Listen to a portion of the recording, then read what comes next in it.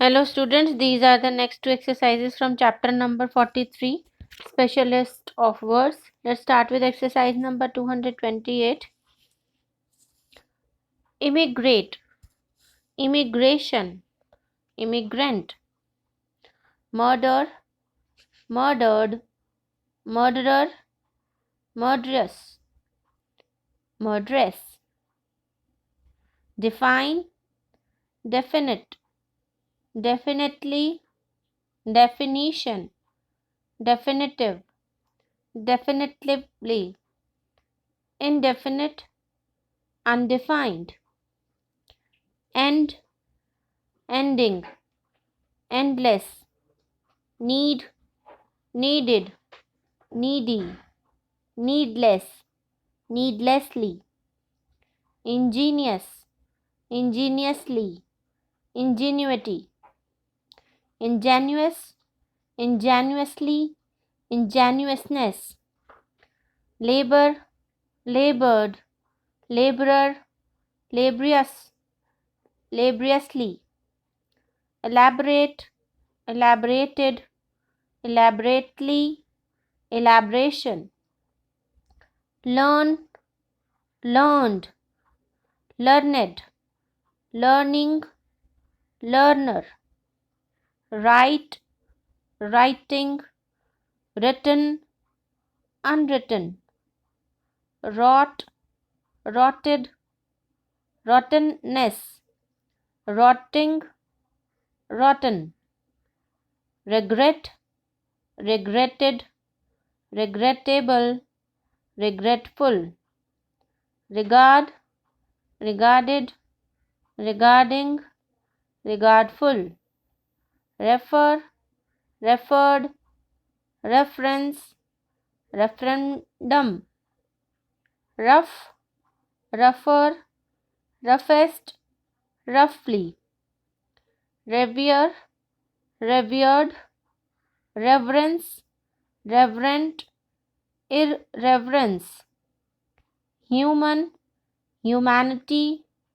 humanly, inhuman, humane, hurt, hurty, hurtier, heartily, heartiest, hard, harder, hardest, hardy, hardiest. Next is exercise number 229 on the speed of 100 words per minute. Be ready. Start. By no means the least of the businessman's many duties is that of finding such an outlet for his goods as will enable him to continue at work. Indeed, this is sometimes his hardest task. The weekly payments of wages in the factory are dependent upon the profitable sale of the calico or cutlery made in the factory. The regular salaries of clerks and travellers, of warehouse workers, labourers, and transport workers cease if there is a prolonged difficulty in finding customers. Certainly, the factory owner, whose overhead expenses are not much less when the factory is idle than when it is working at full pressure, will work for stock even if sales fall off for a while. But he cannot lay up stock indefinitely. An end must come to that. There comes a time when either work must stop or products be sold. The wholesale dealer will not dislocate his organization by dispensing with his staff merely because of a brief period of slackness. He will hold on in hopes of better times coming when he will need them. The retailer does not discard his helpers when the spring sales have given place to a dearth of visitors into his shop. Any lengthy failure to dispose of goods is, however, inevitably accompanied by unemployment of workers, of capital, and of business ability. However regrettable it may be, we must regard this as a fact. We may elaborate the argument, but labor it as we may, there is the fact, and no ingenuity can get over it. How then are markets to be found?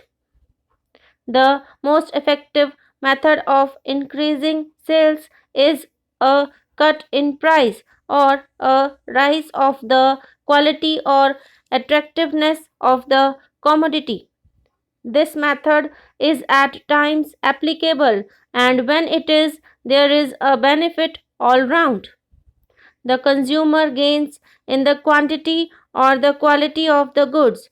The producer has the advantages resulting from production on a large scale.